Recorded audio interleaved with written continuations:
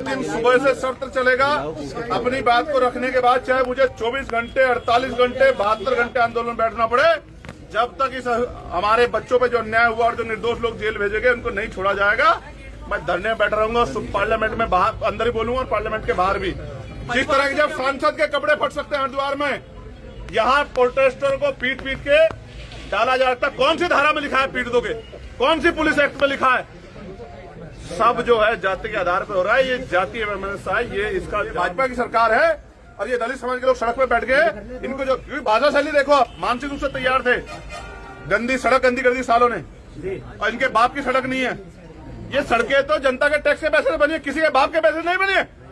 ये जनता के पैसे बनी है। और ये जनता, ये जो गरीब जनता, भाई वो तो अगर कप्तान का रवैया है तो पुलिस जिले की जो एसएचओ हैं, इंस्पेक्टर हैं, सीओ तो खाली खींच लेंगे। हम लोग एक बड़ा आंदोलन यहाँ नहीं करेंगे इस बार, लखनऊ में, प्रदेश की राजधानी में मुख्यमंत्री आवास के घिराव का करेंगे। लोग जेल भेजे गए हैं। मैंने अधिकारियों को कहा है कि बिना शर्त के उनको रिहा किया जाए, क्योंकि आपने जो 7 CLA एक्ट और सबको लगाया, किसी सरकारी संपत्ति का नुकसान नहीं हो। आपने सिर्फ परिवार की महिलाओं को, पीड़िता की मां को भी चोट लगी है, पीड़िता की बहन को भी, और वो भय के साए में हमने अधिकारियों से भी बात की है। अभी मूल बात होने के लिए हमारा एक जो है प्रतिनिधिमंडल जिले के अधिकारी, अगर उसके बाद कार्रवाई नहीं हुई तो फिर हम लोग एक बड़ा आंदोलन यहाँ नहीं करेंगे इस बार, लखनऊ में, प्रदेश की राजधानी में मुख्यमंत्री आवास के घिराव का करेंगे। आपने भी देखा होगा, मेरे भी इतने जिनके जीवन में संघर्ष में मैंने कभी इस तरह के अधिकारियों का रवैया नहीं देखा। मैं चिंता में हूं। अगर छोटी सी बात से या किसी के द्वारा कोई कमेंट पास करने से अगर अधिकारी इस तरह का गुस्सा रवैया इख्तियार करेंगे, मारपीट करेंगे, जो कस्टडी में उनके साथ मारपीट करेंगे, तो ऐसे समय में ये कैसे माना जाए कि अगर और क्रोध आ जाए तो गोली नहीं चला सकते अधिकारी, गोली चलाने के आदेश नहीं दे सकते।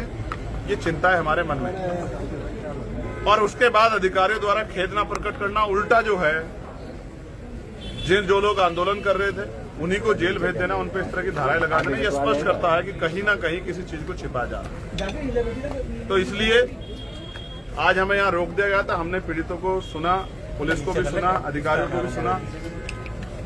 मैं एक बात स्पष्ट कर रहा हूं कि अभी जिले का माहौल अच्छा नहीं है। जिले के माहौल को जातीय तनाव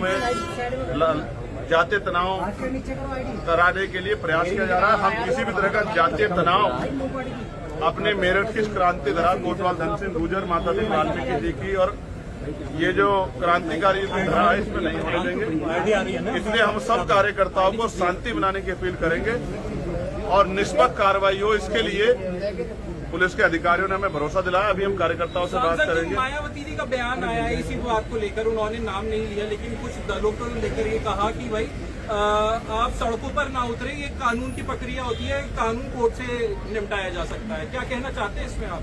देखिए, मैंने भी उनका बयान सुना है, मैं उनका बड़ा सम्मान करता हूँ। उन्होंने जिस तरह का बयान दिया, उन्होंने कहा है कि भाई कुछ पार्टियों के नेता जाते हैं, मैं इस पे जाना नहीं चाहता।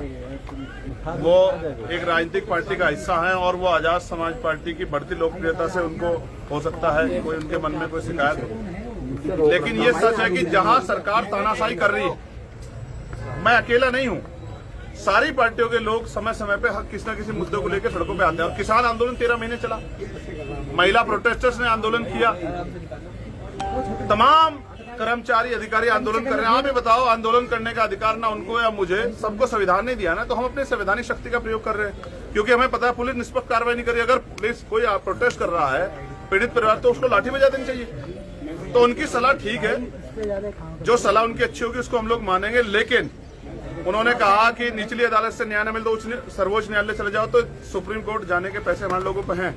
और वो ये कह रही सड़कों पे आंदोलन न करे तो वो हम तानाशाही की छूट दे दें कि हमारी बहन बेटियों के साथ रेप हो, हत्याएं हो, उनको मारा जाए, उनके ऊपर तेजाब डाला जाए, उनको लटकाया जाए, उनकी जमीन छीनी जाए, तो हम लोग चुपचाप घर में बैठ जाएं। इन बातों से मैं सहमत नहीं हूँ। बाकी वो हमारी सम्मान मेरठ के जो एसएसपी हैं जी और मेरठ की पुलिस, इस परिस्थितियों में आप उनसे क्या एक्सपेक्ट करते हैं? देखिए, क्योंकि हम लोकतांत्रिक व्यवस्था का हिस्सा हैं और मैं भी एक संवैधानिक पद पे हूँ, तो अगर किसी से गलती हो गई तो ऐसा नहीं कि दोबारा उससे अपेक्षा नहीं की जा सकती। मैं तो बड़ा सम्मान था मेरा मेरे मन में उनके लिए, लेकिन जिस तरह की परिस्थिति हुई है तो ऐसा लगता है, मेरे मन में तो ये बात है, मैं आपको कहना चाहता हूँ कि जैसे उनके ऊपर दबाव बनाया गया हो कि जाके ये दलित समाज के लोग सड़क पर बैठ गए, उन्हें आंदोलन मांगने। ये सरकार हमारी सरकार है, इस सरकार में दलित समाज के लोग सड़क पर कैसे बैठ सके, उनकी हैसियत कैसे हुई, इनको इतना पीट के भगा। तो मुझे तो ऐसा लगता है कि उनसे करवाया गया है, लेकिन किया उनके द्वारा गया है तो इनको इतनी जानकारी होनी चाहिए थी कि इस तरह की एक जिम्मेदार पद पे यूपीएससी द्वारा जो है आईपीएस व्यक्ति जो है जिले की पुलिस के सर्वोच्च पद, जिले के पुलिस के सर्वोच्च पद पे है, अगर वो इस तरह की स्थिति को करेंगे तो वहां के थानेदार सीओ तो खाली खींच लेंगे लोगों की। भाई वो तो अगर कप्तान का रवैया है तो पुलिस जिले की जो एसएचओ हैं, इंस्पेक्टर हैं, सीओ तो खाली खींच लेंगे धरना प्रदर्शन करने वालों की। मेरा सवाल ये है, उन्होंने ही कहा कि 5 बार इस तरह के प्रदर्शन हुए, उन्होंने कितनों में जाकर थप्पड़बाजी की, कितने लोग कस्टडी में जाकर उन्होंने पीटे, और उन्होंने अपने जीवन में कितने लोगों को सार्वजनिक रूप से ऐसे पीटा। क्या उनको नहीं पता था ये कमजोर वर्ग के लोग, इनकी बच्ची के साथ अन्याय हुआ, इनके मन में शंकाएं हैं, हम इस शंका को दूर करें। क्या जिलाधिकारी नहीं मिल सकते पीड़ितों से? क्या इतने दिन के समय कार्यकाल में आप देखो जितने आंदोलन हुए हैं, जिलाधिकारी घर ओपन बैठ के मना कर देते हैं कि मैं नहीं मिलूंगा? क्यों जिलाधिकारी या जनता के लिए नहीं बैठे? वो मना कर देते। किसान प्रोटेस्ट और भी प्रोटेस्ट हुए, वो 6-6 घंटे लोग बैठे रहे, मिलते नहीं। क्यों नहीं मिलते हैं? ऐसी क्या स्थिति है कि अधिकारी मिलना नहीं चाहता? जनता के अधिकारी नहीं है क्या? चंद्रशेखर जी, आपने एक आरोप लगाया कि कप्तान से करवाया गया, तो जब इतनी बात पता लगी तो कौन है आपको लगता है कि ये लोग पीछे हुए? देखो, जो लोग, जिन लोगों को लगता है किसी भी प्रोटेस्ट से जाति के आधार पर सरकार की थूथू होगी, वही अधिकारी ये सब चीजें करवा रहे हैं। मैं स्पष्ट रूप से इसकी जांच होनी चाहिए कि किस अधिकारी ने, किस अधिकारी को, किस अधिकारी ने बहुत सख्ती से एसएसपी कहा कि जाके मौके पे इस भीड़ को हटाओ। ये पुरानी सरकारें नहीं है, ये जो है ये भाजपा की सरकार है, और ये दलित समाज के लोग सड़क पे बैठ गए। इनको जो, क्योंकि भाषा शैली देखो, आप मानसिक रूप से तैयार थे। गंदी सड़क गंदी कर दी सालों ने, और इनके बाप की सड़क नहीं है। ये सड़कें तो जनता के टैक्स के पैसे से बनी है, किसी के बाप के पैसे नहीं बनी है। ये जनता के पैसे बनी है, और ये जनता, ये जो गरीब जनता इस तरह की भाषा शैली अवगत कराती है कि वो आदमी दबाव में था, उनको इससे करवाया गया, करा उन्होंने भी, वो भी बराबर के दोषी, उनको खेत प्रकट करना चाहिए। और मैं आपको बहुत जिम्मेदार से कह रहा हूँ, पत्रकार साथियों, 20 तारीख से सत्र चलेगा। अगर मैं जीवित रहा, पूरे दिन सुबह से सत्र चलेगा। अपनी बात को रखने के बाद चाहे मुझे 24 घंटे, 48 घंटे, 72 घंटे आंदोलन बैठना पड़े, जब तक इस हमारे बच्चों पे जो अन्याय हुआ और जो निर्दोष लोग जेल भेजे गए उनको नहीं छोड़ा जाएगा। मैं धरने में बैठा रहूंगा, पार्लियामेंट में बाहर अंदर ही बोलूंगा और पार्लियामेंट के बाहर भी। जिस तरह के जब सांसद के कपड़े फट सकते हैं हरिद्वार में, यहाँ प्रोटेस्टर को पीट के डाला जाता। कौन सी धारा में लिखा है पीट दोगे? कौन सी पुलिस एक्ट में लिखा है? सब जो है जाति के आधार पर हो रहा है। ये जातीय वैमनस्य है, ये इसका जवाब देना पड़ेगा। मेरी बात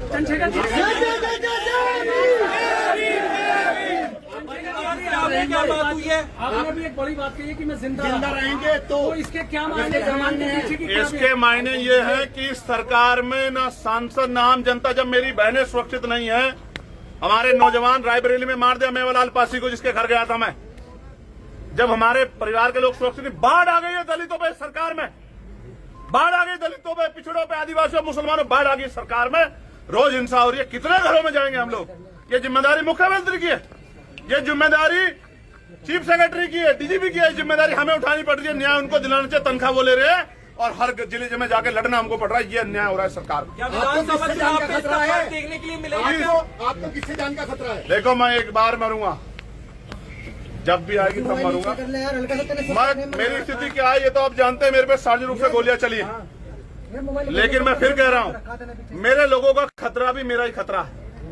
जब मेरे भाइयों बहनों को, मेरी माओ को, उनको मैंने देखी, उसकी माँ को, उन बच्चे की माँ को देखी, उसको ना यहाँ पट्टी बांधी हुई सूझ रही है, वो डंडे मारने हैं आपको, क्योंकि दलितों की बहनें बेटियां बैठी हैं। भैया मैं मान जाता, आप सारे पत्रकारों बताओ पिछले 1 साल में किसी पे लाठी पड़ी क्या प्रोटेस्टर पे? क्यों नहीं हुई? क्योंकि जाति बहुत बड़ा मसला रखती है भाई। सबसे बड़ी जाति है सर। इस जाति का जो भाव है ये बड़ा खतरनाक है, और मैं आपके सामने कह रहा हूँ, निष्पक्ष भाव से निष्पक्ष जांच हो, एक भी निर्दोष जेल ना जाए और एक भी दोषी बचे ना, इसकी जिम्मेदारी पुलिस ले, संतुष्ट करे जनता को, परिवार को संतुष्ट करे कि हम आप क्यों कर रहे हैं। जो डिमांड्स है हम डिमांड कर रहे हैं, परिवार नहीं कर रहा है। भाई पत्रकार साथियों सुन लेना, उस वो परिवार की बच्ची थी जो पढ़ा लिखा के तैयार करती थी, कमा के। आज हमारी बहन है यहाँ सीओ जो इस मामले की जांच कर रही है, सोम्या। हो सकता है वो आईएएस बनती, आईपीएस बनती, डॉक्टर बनती, इंजीनियर बनती, अपने परिवार को पैरों पे खड़ा करती। उस परिवार को एक सरकारी नौकरी मिलनी चाहिए। इस मामले की सीबीआई जांच हो, क्योंकि बहुत सारे ऐसे लोग हैं जो उसमें शामिल है जिनको 120 में इंक्लूड नहीं किया गया। तीसरा, अभी फॉरेंसिक रिपोर्ट नहीं है, एफएसएल की रिपोर्ट नहीं है, बहुत कुछ क्लियर नहीं है। अभी सामूहिक दुष्कर्म है नहीं है, कुछ भी अभी क्लियर नहीं हुआ। आने दीजिए, कितने लोगों के फिंगरप्रिंट मिलते, क्या मिलता, निष्पक्ष होगा, पता लग जाएगा। जिस थाना अध्यक्ष को रात को एप्लीकेशन दी और उसने कहा मैं सुबह को वो करूंगा, क्योंकि दलितों की बेटी है भाई, बहुजन समाज की बेटी है, सुबह को देखूंगा, उस थाना अध्यक्ष पर कार्रवाई अब तक क्यों नहीं हुई? बहुत सारे सवाल हमारे मन में है। जब अधिकारी कह रहे हैं इससे ज्यादा कुछ नहीं करेंगे तो ये पता लगता है कि कुछ करने की मनसा नहीं। इसलिए उस परिवार को, वो परिवार वहां भय के साए में, क्योंकि 4 दिन पहले भी उस परिवार के पीछे 4 लोग लगे, तो उस परिवार को का पुनर्विस्थापन जो है वो जो है रिहेबिलिटेशन यहाँ होना चाहिए शहर में, जो वो सुरक्षित रह सके, ये एक्ट कहता है। ठीक है। और अभी तक कोई मुआवजा सरकार ने घोषित नहीं किया। क्यों नहीं किया? क्योंकि दलितों का दलित परिवार है, इसलिए मुआवजा नहीं घोषित किया। मैं आपसे कह रहा हूं, आप पश्चिम उत्तर प्रदेश में रहते हैं, लेकिन मीडिया की गूंज पश्चिम उत्तर प्रदेश तक नहीं है। मैं भी लखनऊ गया तो रायबरेली जाना पड़ा, मैं सहारनपुर हरिद्वार गया तो मुझे टिहरी जाना पड़ा। ये भारतीय जनता पार्टी की सरकार में दमन हो रहा है। हमारे लोग इस दमन को भूलेंगे नहीं, आने वाले समय में सबक सिखाएंगे। मेरी क्या सर इसका विधानसभा चुनाव पे भी देखने के लिए मिलेगा? मैं चंद्रशेखर आजाद आपको विश्वास दिलाता हूं कि मैं अपने एक एक आदमी को बताऊंगा कि किस तरह का न्याय लिस्ट बना के पिछले 5 सालों में सरकार में और उससे पिछले 5 सालों में हाथरस से लेके कपसाड़ की बेटी तक। और मीडिया के बंधु, मैं आपका धन्यवाद देता हूं जिन्होंने हमारी बेटी का चरित्र हनन करके कपसाड़ में भी खबरें चलाई थी कि उसका प्रेम प्रसंग था। घटनाएं तो बहुत होती हैं, लेकिन प्रेम प्रसंग जब दलित की बेटी होती है या अति पिछड़े समाज की होती है तभी दिखता है। अनुष्का पाल 45 दिन तक पड़ी रही उसमें नाले में। यही न्याय है, ये हमारे हिस्से में आए देश में। ठीक है। हमारी बेटी गायब होती है, सुबह को ढूंढेंगे। पहले कुत्ता बिल्ली गायब हो जाता तो रात को मिल जाता था। हमें और ताकत बनानी पड़ेगी और हमें और लड़ाई लड़नी पड़ेगी। और सुरक्षित नहीं है सरकार में कोई नारे कुछ भी लगा दो। कहाँ लेके आ रहे हैं? पहले ये देखो, परिवार ने आपसे क्या बात करी, क्या मांग रखी है? परिवार ने सिर्फ एक ही मांग रखी कि आप आए हो, हम आपका इंतजार देख रहे थे, हम आपसे उम्मीद करते हैं कि आप हमें न्याय दिलाओगे। हम डर के साए में हैं, हमारे बच्चों को डराया जा रहा है, हमारी बच्चा सुरक्षित नहीं है। 1.5 साल पहले भी इस तरह से मेरी बेटी को उठा के लेके गए थे। पुलिस तो कहती है कि फैसला हो गया था, जबकि हमें डरा धमका के फैसला करवाया गया था और हमसे वादा किया गया था आज के बाद आपकी बच्ची की तरफ आंख उठा के। मेरे पर नोट और बच्ची का जो उसने 11 तारीख को लिखा है, जिसमें उन्होंने कहा है, उसने कहा मेरी जान खतरा है, यानी कि वो 11 तारीख को भी उसको उम्मीद थी कि उसके साथ अन्याय हो सकता है, वो मर सकती है। 11 तारीख को किया, 15 तारीख को उसको उठाएगा। जिस आदमी से वो खतरा महसूस कर रही है उसके साथ स्वीकृति चली जाएगी, बताइए आप मुझे। तो इसका मतलब, क्योंकि फिर मैं कहूंगा दलित की बच्ची है साहब। क्या आपकी आज एसएसपी से बात हुई इस मामले को लेकर? अभी आज तो नहीं हुई, कल भी हुई, परसों भी हुई, जिस दिन लाठीचार्ज किया उस दिन भी हुई। अधिकारी हैं, जिम्मेदार अधिकारी हैं, उनसे ही कहेंगे। उनको भी अपने जो है द्वारा जो व्यवहार किया गया उसके ऊपर खेद होना चाहिए और इस मामले में कठोर कार्रवाई हो इसकी उम्मीद करते हैं। मगर मैं आपसे कह रहा हूं, मामला खत्म नहीं हुआ है।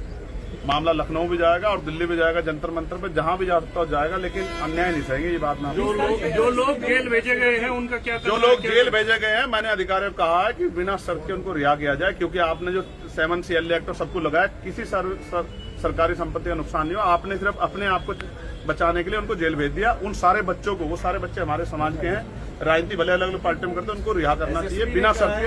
एसएसपी ने कहा है कि हमारा विरोध करने वाले को अपील है 2 पेड़ लगाए, जो सपोर्ट करे वो 1 पेड़ लगाए, और हमसे कोई सवाल है तो हमारे पास आए, सारे साक्षी हैं। हम 1000 पेड़ लगाएंगे और 1 पेड़ प्रधानमंत्री जी भी मां के नाम लगा रहे हैं, लेकिन इन पेड़ों की छांव में कौन बैठेगा ये जनता तय करेगी। मेरी बात पे